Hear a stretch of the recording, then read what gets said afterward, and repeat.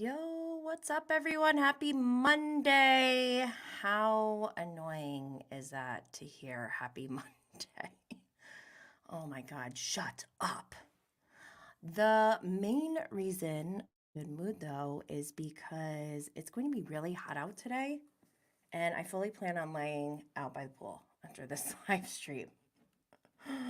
This is the beginning of week 2 of our 3-week live streaming series of Bravo and Blaze with Jenny Blaze. Last week was full of Vanderpump Rules and the Valley content. I'm sure there will be more this week, especially after the Valley's new episode, which airs tomorrow night on Bravo. But today, we have other things to discuss because we had the Real Housewives of Dubai season 2 premiere.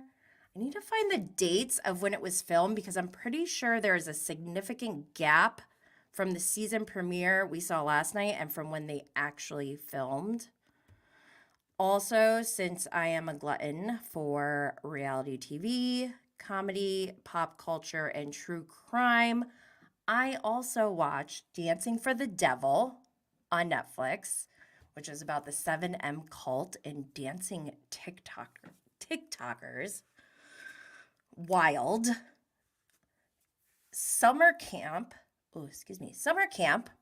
starring Diane Keaton, Kathy Bates, Alfre Woodard, Eugene Levy, and Nicole Richie. I watched that. That movie is out only in theaters. It was released on Friday. Also, never not scrolling social media and saw some potential rumored leaks of season 3 casting for the Traitors US. So we will go through that as well. If you are a podcast listener, you can see the visuals over here on YouTube. We also have an interactive live chat that is only available on YouTube. Our channel is at Jenny Blaze. If you are joining us on Twitter or Instagram, please consider joining us over on YouTube so you can be a part of the chat as well. Unfortunately, the live chat on social media doesn't show up over here where we're streaming.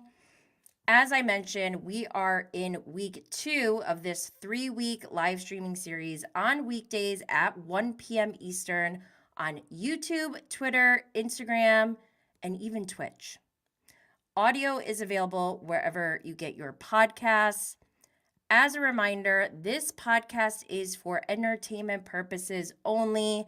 Be cool. Don't be all like uncool because this is by no means an avenue to bully or attack anyone. We are trauma bonding and expressing our opinions as we Bravo and Blaze. Hopefully, some of you are able to Blaze right now. Also, make sure you subscribe, follow, share, like, comment, leave a 5-star rating. If you're on YouTube, hit the like button. I hate saying that. Hit the like button. Ugh. Everything is so like cringy today. Okay. Where am I? Also, make sure you are following us on social media at Bravo and Blaze. Don't forget to check out recent interviews with Peter Madrigal and Ann Maddox. Also, her co-host Amanda Lifford of We Signed an NDA. Links are available in the show notes. By the way, that Peter interview, the interview with Peter, made it into Rolling Stones magazine, US Weekly, and People. We did that, y'all. I don't know why I sounded so country when I said y'all. I'm from upstate New York. Anyways, if you are looking for even more Bravo and Blaze content, join us on Patreon or as an IG subscriber for bonus content. We have thoughts on the Valley, my trip to see Phaedra Park's drag brunch in New York City, the Traitors season 3 casting predictions. This was like 2 months ago, so it's actually kind of goes along with what we're talking about today, but also I talked about strategy, what I would do if I was on the Traitors. And on deck, we have a review of Summer House Martha's Vineyard. If you didn't hear yet, they are currently on pause after their second season. I'm upset, but also I have a little firsthand tea to spill, and I can only do that on Patreon and for IG subscribers. So join us over there. Wow, that actually sounded culty. And speaking of cults, I think we're going to talk about Dancing for the Devil first. Okay, let me break this down for you all if you haven't seen this already. This documentary, this is a 3-episode documentary series on Netflix about the alleged cult 7M, which is run by a Korean pastor, Robert Shin, and has dancing TikTokers who have huge followings that are in this cult, quote unquote cult. As I was watching, I was recognizing some of the TikTok dancers, and it was creeping me out big time. And of course, like, you know, on brand, I continue to watch because I like to be disturbed, I guess. But some of them were even contestants in some of my favorite reality competition shows, which I haven't talked about on Bravo and Blaze yet, but World of Dance. That had Jennifer Lopez, who just canceled her tour. That's like news right now. Jennifer Lopez, Neo, and Derek Hoff as judges. I loved that show. I'm really upset that that show's gone. But also So You Think You Can Dance, which is a dancing show that has led to amazing careers by many of their contestants. On top of it, because I have Sheena tendencies. I like to joke and say narcissism is part of my brand, but also my mother is Korean, so I'm like, excuse me, what is happening? My personal experience and what I know about Korean culture kind of plays into the way I'm watching this documentary, but oh my God, this cult is nuts. And I also once met another half Korean from a mutual friend. It was like over 10 years ago, I think. And she grew up in Korea, and she said very casually, like, yeah, I used to be in a cult. And I'm not sure if it's the same one, but it's just so sketchy. All right, so let me show you guys. You might be wondering, how is this a cult? They start with these two. Miranda, what's her last name? Miranda Whitling? Miranda Whitling. I think that's what her name is. And her husband, B Dash. Okay? They are both dancers. B Dash, I believe, is one of the original founders of Krump, which is a style of hip hop dance. And if you are So You Think You Can Dance watcher, like I am, you would know where that all came from. So it's kind of wild. He's like a TikTok dancer and all this stuff. Miranda is a TikTok dancer with her sister, Melanie. Okay? This girl on the right is Miranda. I'm going to switch back. Look. That's her now. This is her when she was innocent. But I guess B Dash, Miranda's now husband, approached Melanie and Miranda to do a collaboration, like some kind of TikTok dance or whatever. And then they fell in love and got married or whatever. I'm a little fuzzy on exactly when B Dash joined Shekinah, because that's the church. And I think that's how this all kind of played out. It originated with Robert Shin, the Korean pastor of Shekinah Church in LA. He somehow recruited B Dash. And then I think because of Miranda's love for B Dash, that's how she's gotten sucked in and is still in there. But poor Melanie. It's really sad because these two girls did everything together as sisters. They even had like their own brand pretty much as like dancing sisters. And Miranda's no longer part of that brand because everything she does is for 7M, which is the media company that Robert Shin started after he started networking with these TikTok dancers. And so I guess like a bunch of them were just around hanging out one day complaining about like how they have all these opportunities but their management wasn't executing on getting things done fast enough or whatever. So Robert stepped in and was like, "Oh, I can help." And he just like started this company overnight. Turns out they're making tons of money. I think one brand partnership brought in like $37,000 for like one TikTok. And Robert would even like just talk about that at church. And it reminded me of Mary Cosby so much. I was like, I felt the same way watching this as I did like watching Real Housewives of Salt Lake City, because there were similarities in the way that they behave. And I'm talking about Mary Cosby and Robert Shin. Like, Robert would openly shame people and be like, you don't contribute enough, or you're not tithing enough, and just shame them. And we've seen Mary Cosby do that. But also part of this 7M management deal is that they obviously get like 20% of whatever they bring in for these deals, but then they also convince these TikTokers that they have to give 10% tithe to the church, and then also like 10% to something else, and then another 10% to something else. When you look at the numbers, it's like they're giving all their money to this pastor who is controlling everything down to where they live. And you would think Robert would be like, oh, as part of the management company, like you can live for free in this amazing house, but he even still charges them rent. So he's like just getting all of their money. It's insane. Luckily, Melanie and her parents in 2022 went to TikTok and just started exposing because they didn't know what else to do. And they went to the authorities, they went to like specialists.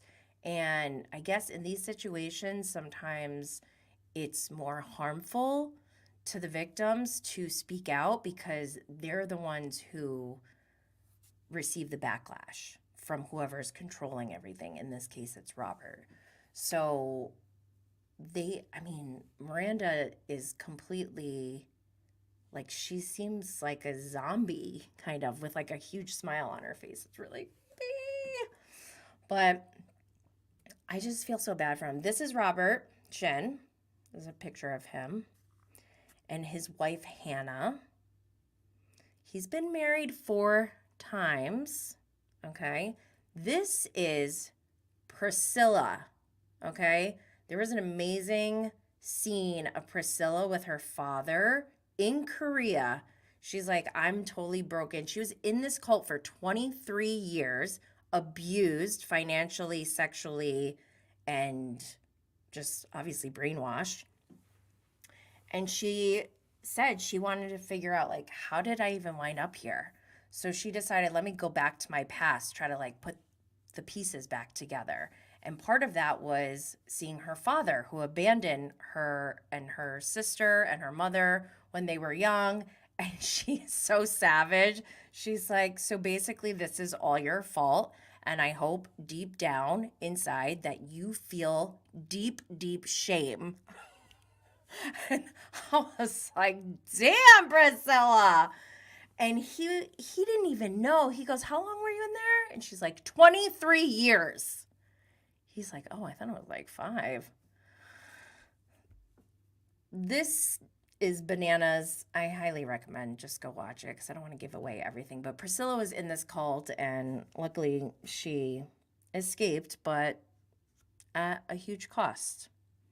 There was one line, she said something like, I am not a functional sister. I don't know if she used the word functional, But basically, she's saying, like, I am not well. Like, please excuse my behavior. If you think that it's rude for me that I showed up late for your daughter's birthday, like, I'm sorry, but I don't even know how to function right now. So give me a break. Moral of the story, just don't join a cult. If someone says you have to be invited to a church, it's probably a cult. A real church would welcome everyone and they wouldn't have anything to hide. So this is like beyond. Red flags left and right. You guys go and watch it. Tell me what you think. It was a lot. All right, moving on. Summer camp. I like taking a break from reality TV every now and then. I need something to make me laugh and just know that it's not serious all the time, because even though reality TV is very funny, to me at least, these are real people. And so there's like actual real life consequences to whatever they do. But summer camp is great. It features or stars Diane Keaton, Kathy Bates, Alfre Woodard, Eugene Levy, which is Dan Levy's father from Schitt's Creek. Love them. What else did he do? His other big one is that dog show movie. That was like one of his first ones. But NICOLE Richie is in this movie. She doesn't have like a huge part, but I just love NICOLE Richie. I will watch anything with NICOLE Richie in it. She's so funny. And as a millennial, I just feel like this is right up my alley. So this is my review of the movie. One, I didn't know that I needed to watch this movie. As a mother, a wife, and just a woman in general, I think this is a great movie to remind ourselves to take a break every now and then and take inventory of our lives, meaning the people you give your time to and the things that make you happy, whether you're in a marriage or not. But let's not forget we only have one life to live, and if we don't design our lives for our own happiness, then no one will. So take control of your happiness. That's what I got out of it. I feel empowered. I want to go outside and lay in the sun and take a nap. Let's go to the next topic, the Traitors. I'm wearing my haggis hat, by the way, because for one, I don't remember the last time I washed my hair. And also, it's now like my poolside hat. Also, we're talking about the Traitors today, so I felt like it was fitting. Just as a disclaimer, though, we don't know if the leaked casting rumors are true, so just take it with a grain of salt. So we don't want to spend a ton of time on it, but we must discuss. And this is from reality TV _fan. They have a grid of 9 people, 9 TV personalities. I'll be honest, the top 3, I don't even know who they are. They're from like Big Brother and Survivor, I think. But on the second row, we have, I think it's Bob Harper is his name. He used to be on Biggest Loser, right? He was one of the personal trainers, super healthy and fit guy. One day he has a heart attack and he's kind of like shifted everything, the direction of his career, I think, since then, because he was like legitimately dead for like a couple seconds from his heart stopping. And he's like picture perfect example of healthiness. So it's like really crazy. But I'm down for Bob to be on there. I love when he used to yell at people on Biggest Loser. He didn't do it that much. He was soft sometimes. So we'll have to see. Also, I don't know if he would be a traitor or if he would be a faithful. I think if he was a faithful, he'd be like Peter and Bergie. I think that's how he would play the game. Maybe even more like Peter, just like kind of over the top. But if he was a traitor, I think he would play kind of like Phaedra, like low-key, kind of quiet, only engages when absolutely necessary. I'm getting that vibe from him. But we have to talk about the next person on the second row, which is Tom Sandoval. And if this is true, then I believe firmly that Tom Sandoval is the biggest Bravo fan troll of them all. Like the ultimate troll. Because you don't even go here. This is our thing. This is a non-Bravo thing. Why are you here? And granted, I'm Bravo and Blaze, but I watch other things. I mean, he'd probably say the same. I go on other things too. I was on, what's it called? Special Forces with JoJo Siwa. Ugh. He better not be on. Like, this is such a troll move of his. And clearly, I don't think he would last very long. And the only thing I will accept if he's on is a first round murder or a first round unanimous banishment with a little bit of humiliation and crying sprinkled in there somewhere. It's the only way. It has to be that way. But let's see. If let's think about the scenarios. If Tom Sandoval was a faithful, I think he'd do horrible because he can't act. Like, there's no line, there's no distinguishment between real life and acting for Tom Sandoval. There has to be a new word for whatever Tom Sandoval's behavior is, because I don't think it's acting or real. It's not authentic. It's somewhere in between where he's like on the Truman Show. He's Truman, except he knows the cameras are there and he's like trying to get them to watch him do all these crazy things. And we're like, we are sick of this channel, but we're stuck on it because he won't go away. He needs to get banished if he's on the Traitors. And then if he's a traitor, I mean, he is a traitor in real life. Traitor. If he's a traitor, he'd probably do something stupid. He'd probably play like Dan Giesling. Like, obvious. He likes to be extra, but really he's basic as they come. So he'd probably go for whoever he's most threatened by, which most likely would be a big, strong dude. Because Tom Sandoval doesn't see women as a threat, even though he should. All right, this is going down a path I wasn't planning to go down. So let's move on. So the next person is Dorinda. What are you doing here without Dorinda? I need Dorinda Medley on the Traitors. She would be amazing. The only thing, because I did interview Trishelle, the winner from season 2, and she made a point of saying, you know, they are careful about how much alcohol they give to the cast.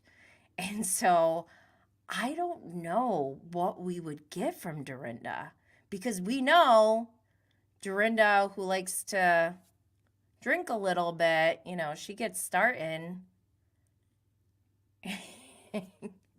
And she will just go on and on.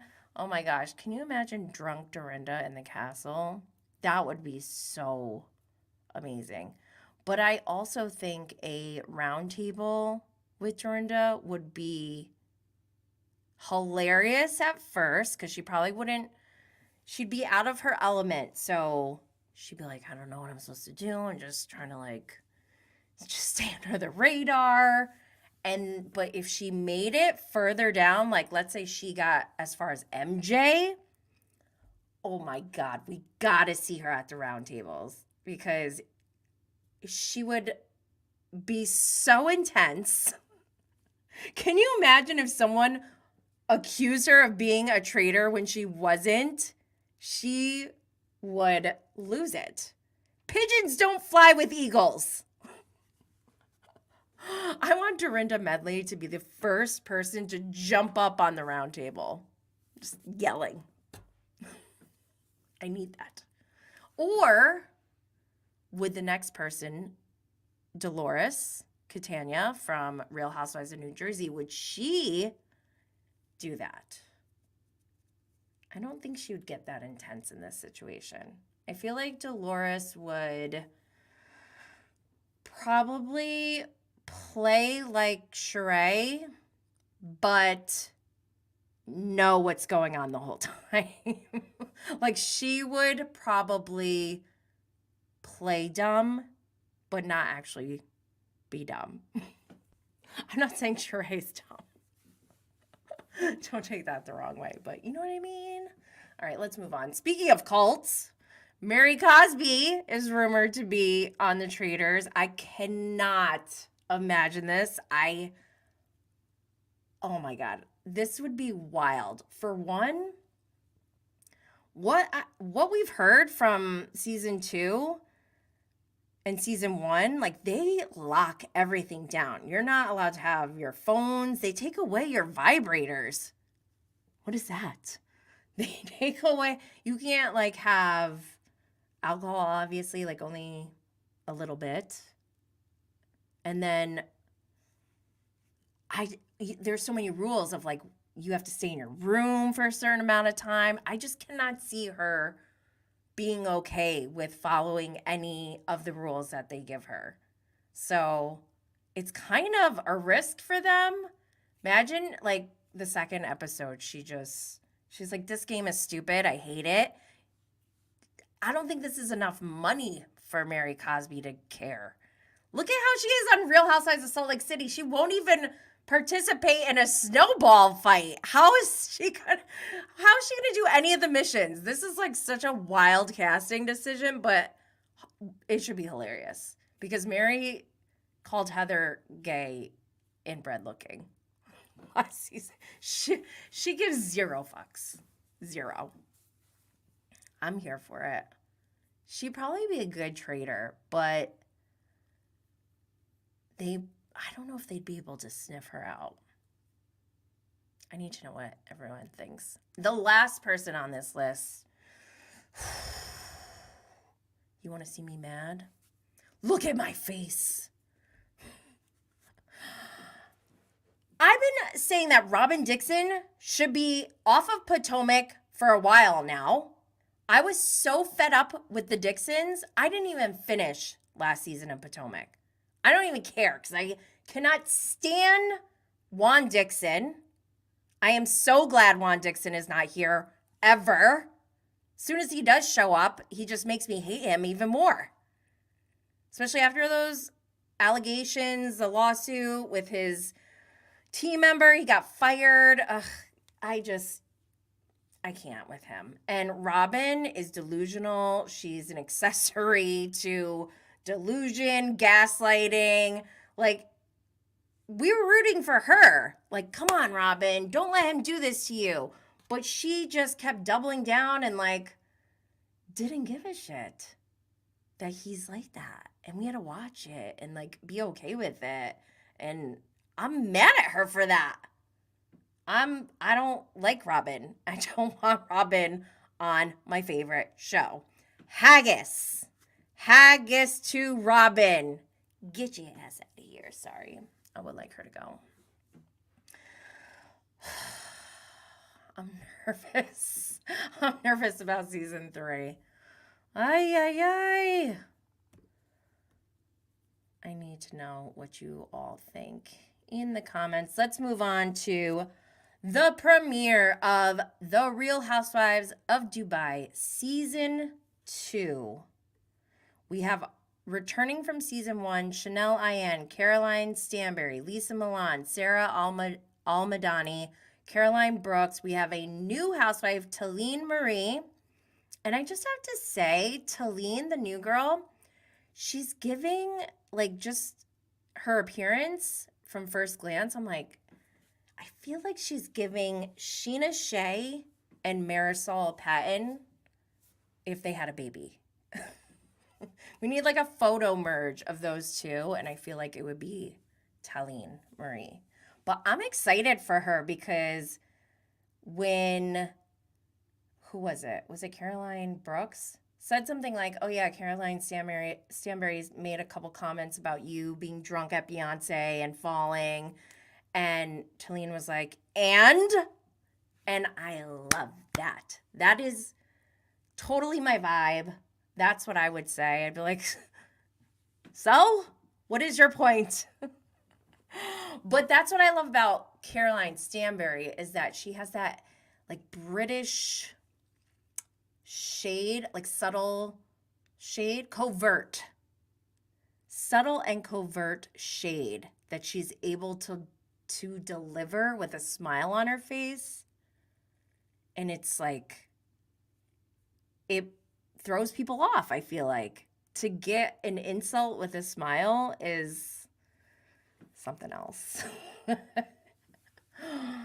But what else? I am sad to know that Lisa Milan and Chanel Ayan get into, I don't know if they're like, their friendship is done or if they just have some kind of confrontation this season.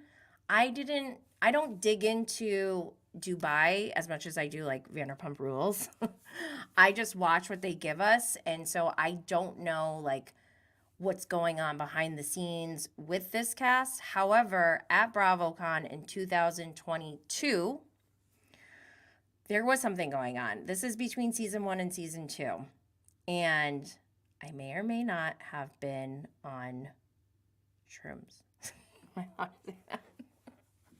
I don't know. I hope I don't get in trouble. But I saw Chanel Ayan, and her and I had already been, interacting on Instagram. And she remembered me when I met her. Like, I don't like lines, but I stood in line. I made a point to go see Chanel Ayan to take a formal picture with her at BravoCon because I adore her. And then I saw her later on that same night at an after party when I was not in my right mind, and I couldn't even speak. I started crying. I am the most embarrassing person that I know. But it was, thank God, Jen Shaw crashed BravoCon in that very moment because she locked eyes with Chanel Ayan. They were like, hey, I'm sobbing. Like, oh my God, what do I do? They start dancing. I'm like, what is happening? Is this real life? And next thing you know, I like somehow lock eyes with Jen Shaw, even though she's wearing sunglasses inside at night. And I put my arm out because she had this big Gucci fur. And she just threw her Gucci fur over my arm. And I was just standing there in shock, like, is this happening? But anyways, okay, that was a side note. I went on a tangent. That same night in the bathroom, Taylor Greene was there from Southern Charm. Gia Giudice was there with a friend. I don't know who her friend was. And the Dubai ladies were in there. It was Chanel Ayan, Lisa Milan, Caroline Brooks. And they're talking very loud. So loud that Gia and her friend looked frightened and ran into a stall and locked the door. I'm like standing in line like, what is happening?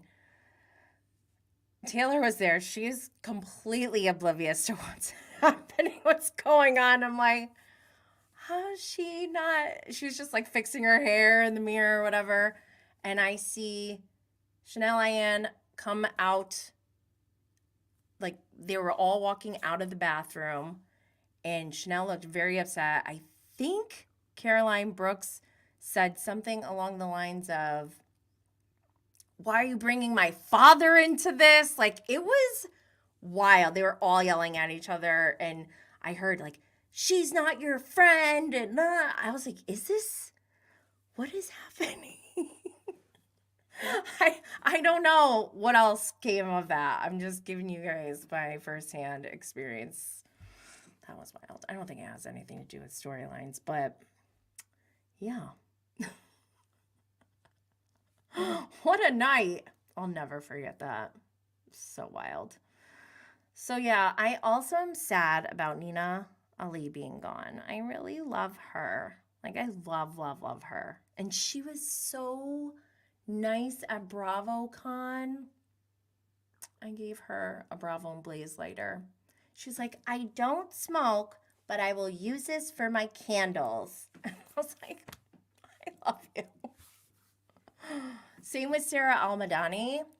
I met her in person. Well, actually, similar situation with Chanel Ayan. Like I had been interacting with her during season 1, and then we met in person at BravoCon 2022. Got a picture. Then 2023, this past BravoCon, I was sitting down and in like the green room and just hanging out with her for a little bit. And I just love her. Still love her. But I don't understand this whole thing that's going on between her and Chanel Ayan because I love Chanel Ayan. And I was confused because in season 1, Sarah's the one who brought Chanel to the therapist to, start working on whatever trauma she had from her, what do they call it? FGM. Oh my God, it makes me so upset. I was crying for days after that episode when she revealed her trauma. I woke up, I remember the next day and just started to cry. After I was sobbing during the episode, I'm like, oh my God, this is awful. But we'll see what comes out of this season. I love this franchise because of the opulence and the filthy wealth that we get to see. Their arguments are over who had more VIP seats to Beyonce. And I remember when Beyonce performed in Dubai, because it was like her first concert in a really long time. Some really rich guy like paid for the whole thing. And then apparently that can't be true because is it true? Somebody fact check that for me because Caroline Stanbury and Caroline Brooks were talking about how close their seats were. They were on the stage. Caroline Stanbury said that Beyonce got her wet. I don't think she meant it in the sexual way because they showed a picture and there was like water on the stage or whatever. But yeah, those are the kinds of fights that we need on these shows. I want to see people bicker over who's more rich or like just ridiculous things. The VVIP seats or the VIP? Also, what is better? Were the 2 Caroline seats up front near Beyonce performing, are those better? Or did Chanel Ayan and, was it her and Lisa Milan? I think they were back in this VVIP area hanging out with Beyonce's mother. You have to be invited into this area. You can't even buy tickets. I don't know what the ticket situation was.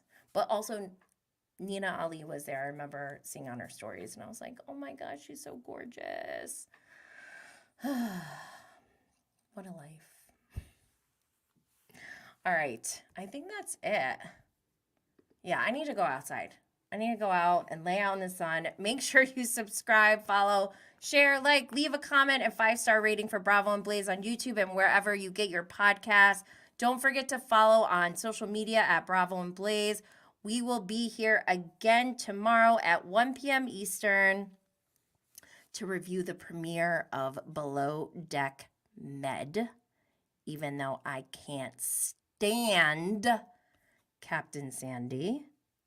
But maybe I'll just dedicate tomorrow's live stream to all the reasons I can't stand Captain Sandy.